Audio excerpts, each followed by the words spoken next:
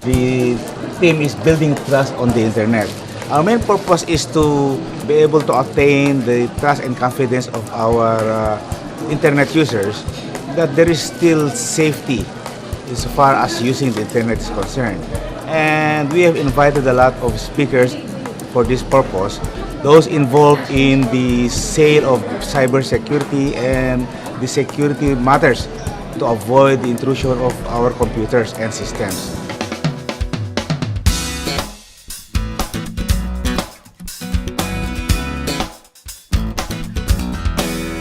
The National Summit on Cybercrime, and this is the second time we're doing it, is one of the highlights, if not the highlight, of the anniversary celebration of the PNP Anti-CyberCrime Group. And as Goldcrest Communications Incorporated, we're very happy to be part of it because not only are we helping PNP ACG, we're also making use of our contacts and our network in the IT community.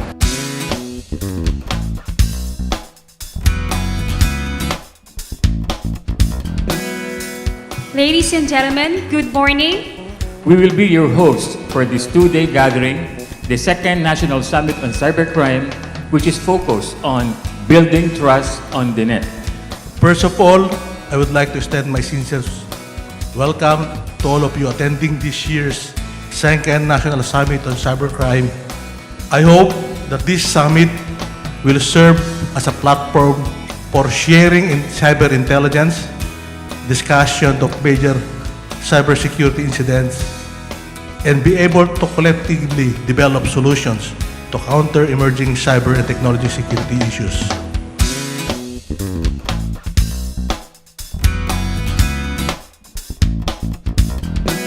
Technology helps us to achieve a better future. It provides access to education, it promotes freedom of speech, it connects people worldwide.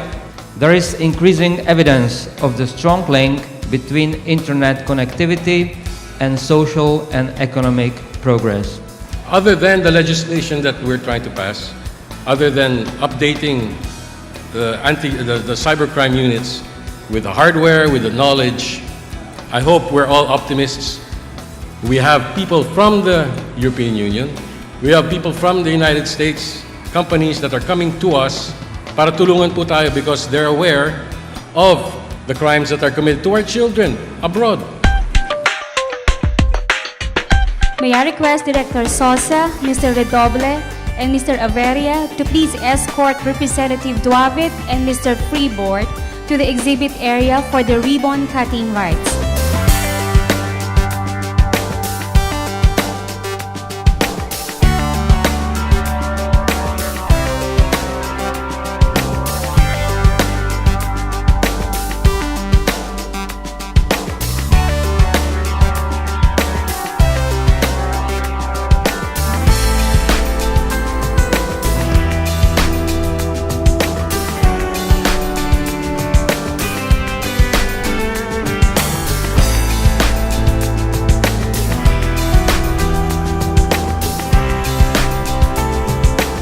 The thought of inviting our stakeholders, particularly those involved in vending sa security of the internet, so that they will be able to educate our people on how safe the use of internet is. Our cyberspace is our new domain that we need to protect. Now, within that cyberspace, we have the critical infrastructures. We need to be more cohesive. We need to do more collaboration. We need to do more coordination for us to be able to move in unison, in parallel.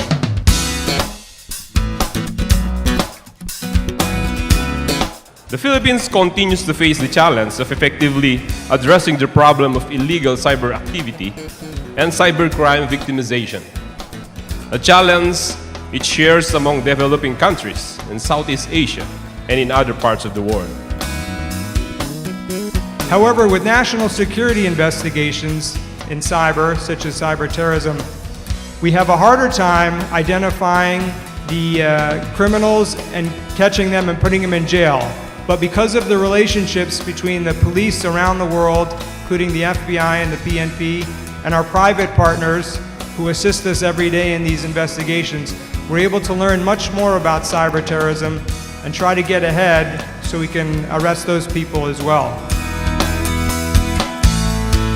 The first is cyberspace as a domain of AFP operations.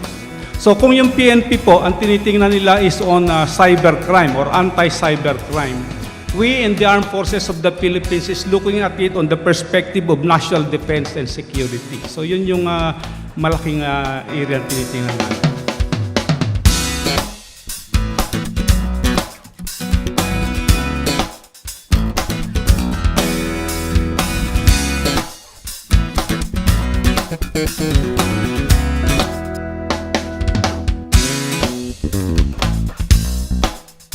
There are a lot of threat actors who are continuously exploiting the inherent weaknesses or vulnerabilities of the cyberspace. We have insiders, skilled hackers, or we even have organized criminals that do all of this in order to steal money or information. Notice that your kids are always in their phones, even when they're watching TV. And notice, you are too. People may be vulnerable and careless while having the luxury of enjoying these innovations.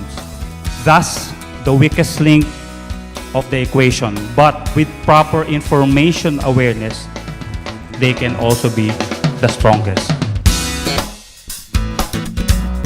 So at 1:45 in the morning, one of the guys would walk past an ATM, and on the spot it would spit out $1,000, which they would take. Never touching a finger, so no fingerprints, no photos. If it's a Russian criminal using a virtual machine located in Singapore to steal money from a US bank, where is the crime? So from an enforcement point of view, it can be quite difficult. I don't think the laws have remotely caught up with that yet. Are you sure I'm going to get breached? I'm a manufacturing company. I don't have any IP to go and get someone out. He will take probably 10 years to go and possibly build the same thing which I'm building. But there are been companies which have been breached and which are into manufacturing. The reason was not probably to steal their IP, but they were used as launch pads to go and attack others.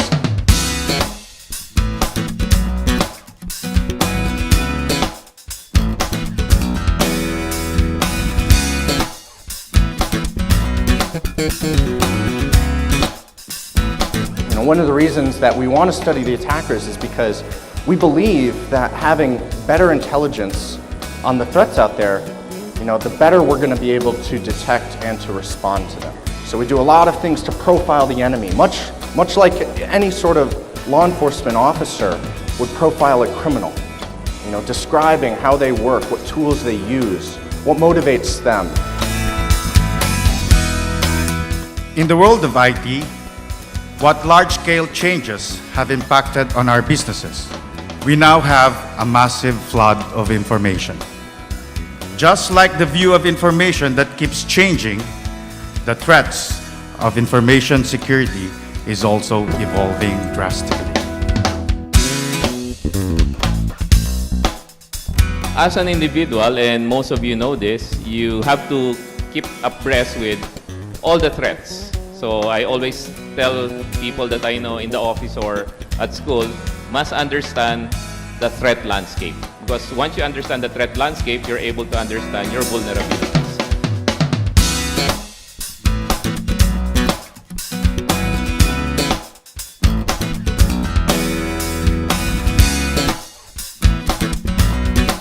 Welcome to the second and final day of the second National Summit on Cybercrime.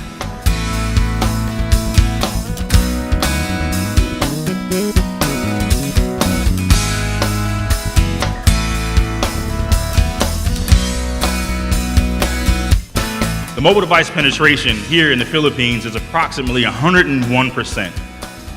Now, what does that mean? What that means is there are more smartphones than people.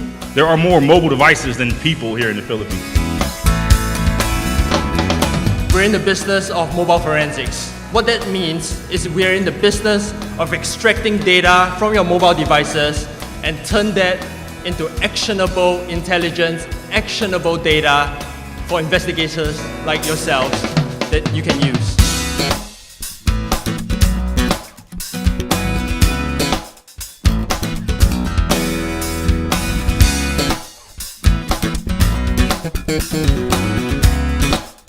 And we all believe that the internet is an amazing platform to get information, to get connected. But unfortunately, not every individual have the same intentions about the internet. So it is our commitment to really protect users and to make sure that we get people aware about online security and what are the steps that they could take to really prevent this. Most hackers nowadays are using sophisticated tools to orchestrate attacks.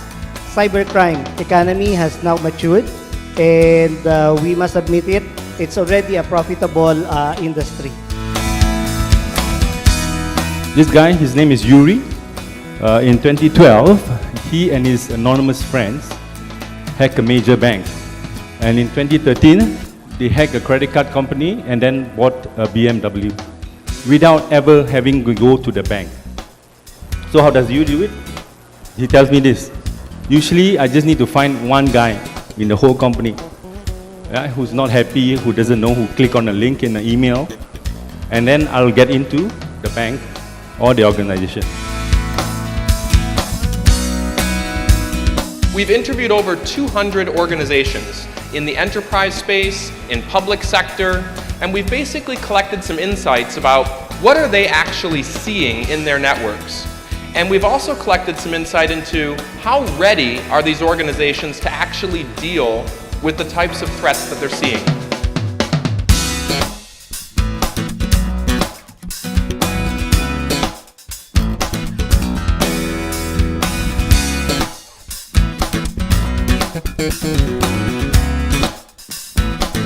Bitcoin is a form of virtual currency which we can use to purchase virtual goods as well as real goods and services.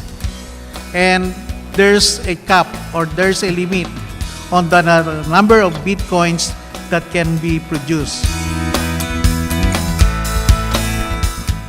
At the year 2009-2010, it becomes complicated. Nandyan na ho yung mga scheming device. They design it in such a way that you press only, okay, as it.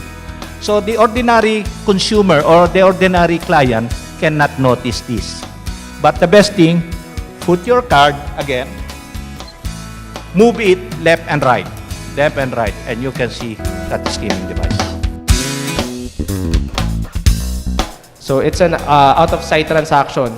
So that distance, that space between you and your card, papunta dun sa cashier, it gives the culprit, the gas boy or the waiter, the opportunity to swipe the credit card to that panel. Doon po nagkakaroon ng opportunity na makopya yung buong magnetic strip. And that alone, pwede na siya makagawa ng clone card.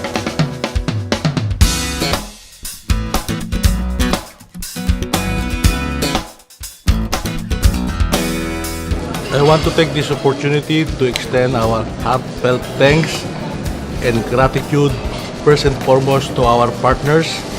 Likewise, I want to extend my appreciation to the different sponsors, participants, and our personnel from PNP, ACG, and those who contributed to the success of the second National Summit on Cybercrime.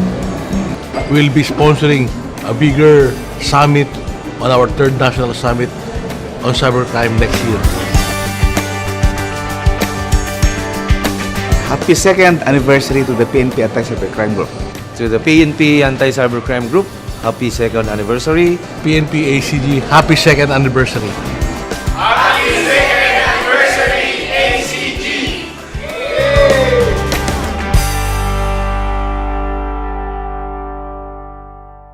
So on behalf of the PNP Anti-CyberCrime Group, its partners, PixPro and PHCert, and the summit organizer, Goldcrest Communications Incorporated, I'd like to thank our sponsors.